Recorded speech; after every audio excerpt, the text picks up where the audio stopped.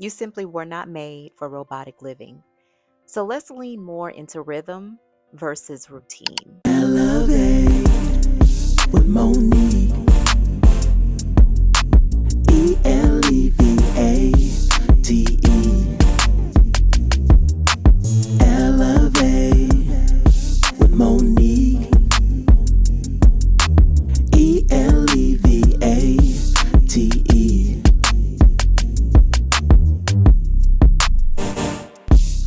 Hey, what's up? Welcome back to another episode of Gracefully Elevating with Monique, and I am your hostess. And I know my background looks a little bit different. I am in the midst of sort of packing up my great aunt's house.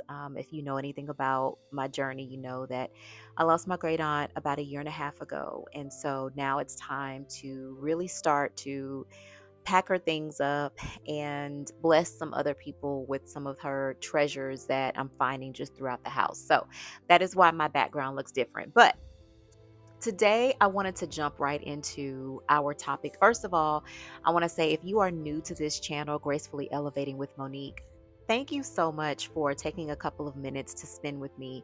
We right now are talking about things that we can do to really start to prepare for 2026. In my opinion, I feel like this is the best time to start prepping for 2026 so that when 2026 comes, you're not trying to figure out which way you're going, what path you're taking, the clarity you need. No, you're already in that rhythm now. And that brings us to today's topic, which is really diving into understanding the balance between rhythm and routine. Now, I know that I talk a lot about having routines and systems, and me, myself, personally, I am building stronger systems. And I would say routines to some degree, like working out, like making sure that I am taking time for myself, things like that. But when it comes to like the way in which my life moves right now, I can't stick to a routine. I have to flow with rhythm. Now, when I say that, that doesn't mean that rhythm just takes me all over the place. It means that if something doesn't align in that very moment or in that very time of my life, then I can't make a round peg fit into a square hole, right? And I think sometimes we spend a lot of times trying to make things work, trying to make old routines, old systems work when simply they don't work because we are leveling up. We are changing the way in which we approach life. We are experiencing things new.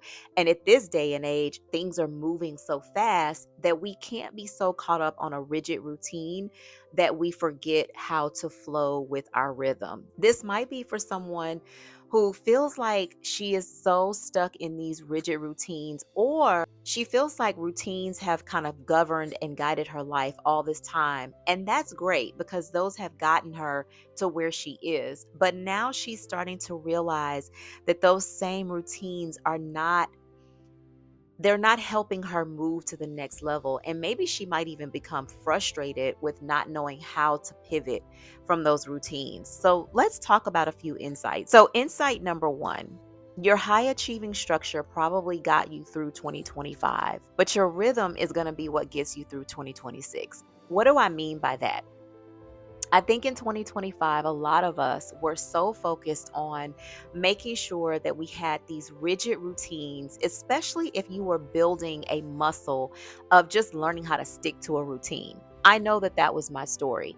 However, now that I have a pretty good basis, and you probably have a pretty good basis and a foundation of the way in which your days go, your weeks go, maybe even your months go, now it's going to be time for you to move into that rhythm, learning when to pivot, learning when to maybe say no to some things, especially as we get to the end of the year. There's going to be a lot of things that are going to cause us to be able to move with the rhythm of the holiday season, move with the rhythm of what's going on in our lives. Like I said before, that is not to take away from the fact that we have certain things that we stick to routines for. Example is me working out. I have developed this rhythm, actually, I have developed this routine, and now I am flowing into the rhythm of working out. So the routine was I had to go to the gym Monday, Wednesday, Thursday, right? That was my routine. But what I started to realize, especially as we got closer to the holiday season, now I've learned that I don't have to necessarily go Monday, Wednesday, and Thursday.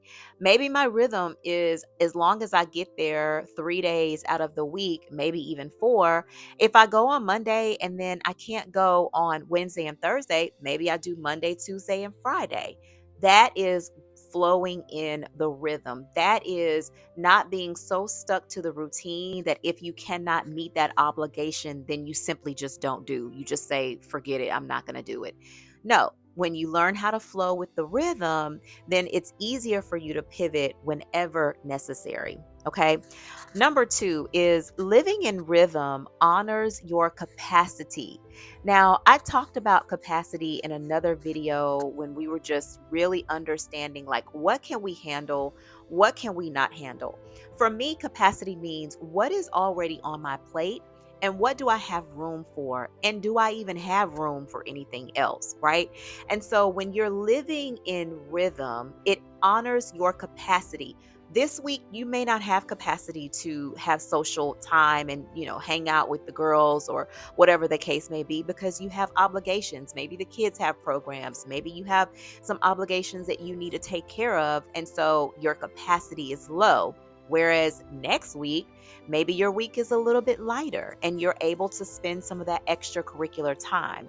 Does that make sense? So, learning how to flow with that rhythm will honor the capacity that you have and not just your calendar's expectations.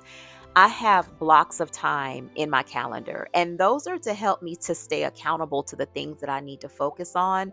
But if my block of time for, let's say, working on my real estate is from 11 to 1, but on Tuesday from 11 to 1, it just simply doesn't work out, then that means that I can give myself permission to make adjustments, make pivots, but the goal that I had for that block of time, whatever it was that I was going to accomplish, that is still important.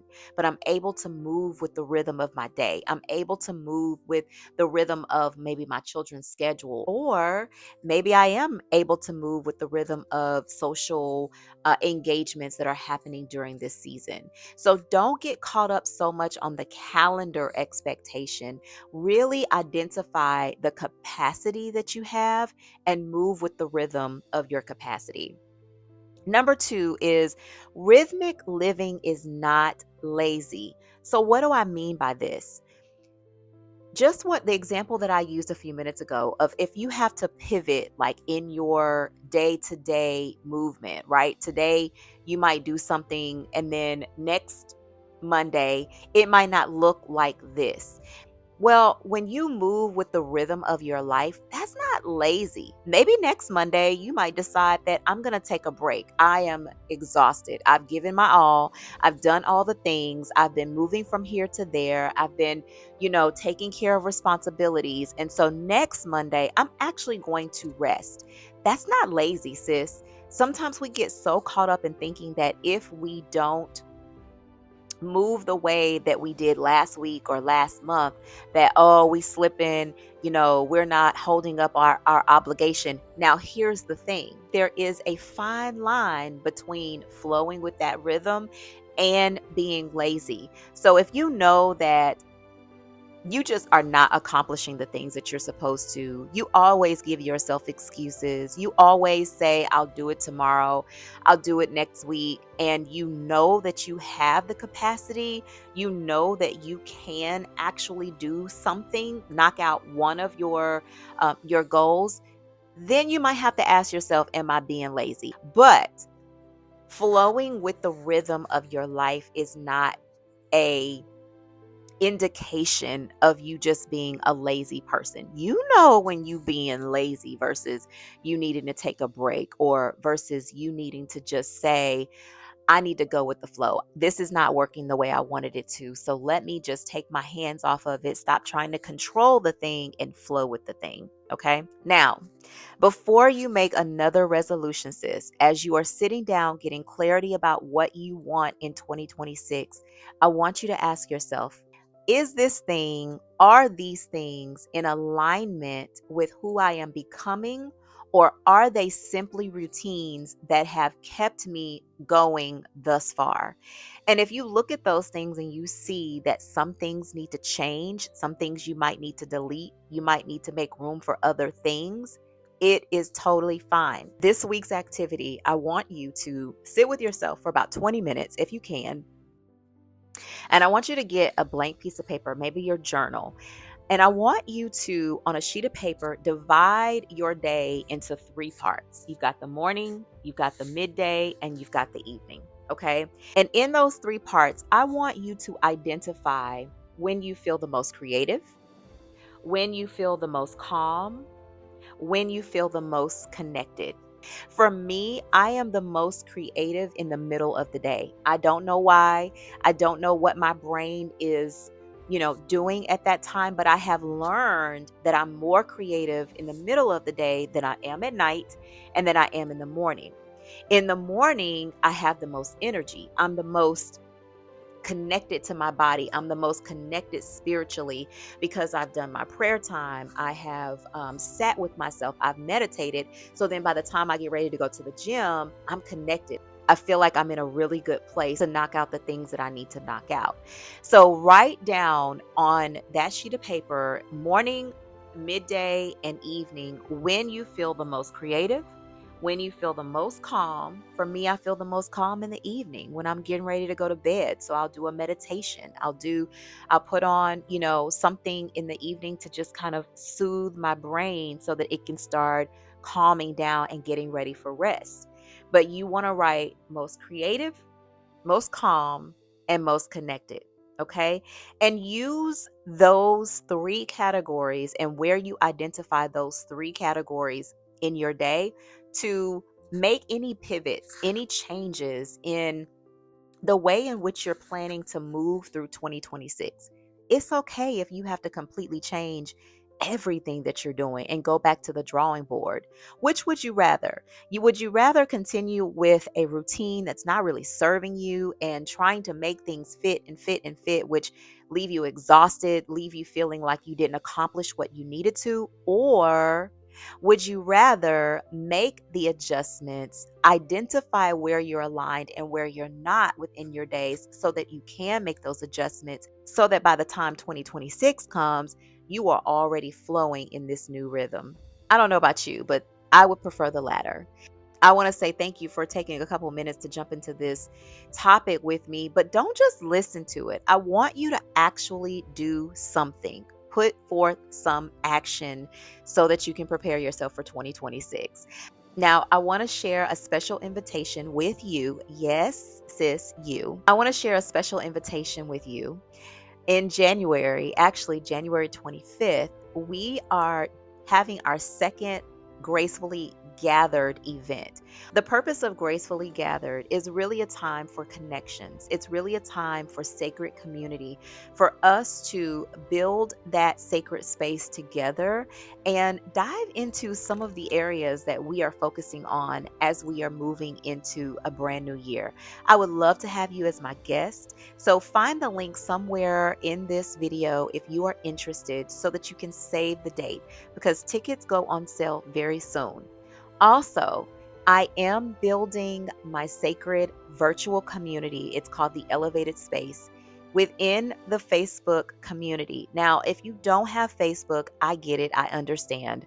But if you do have Facebook and you would like to join the Facebook community, the Elevated Space, also find that link somewhere here in this video. The purpose of the Elevated Space is to really kind of come off of mainstream social media and walk this journey of personal elevation out together in a small yet sacred and powerful group of women where we are able to be transparent, we are able to learn from each other, and we are able to truly elevate our personal lives together. Would totally love to have you.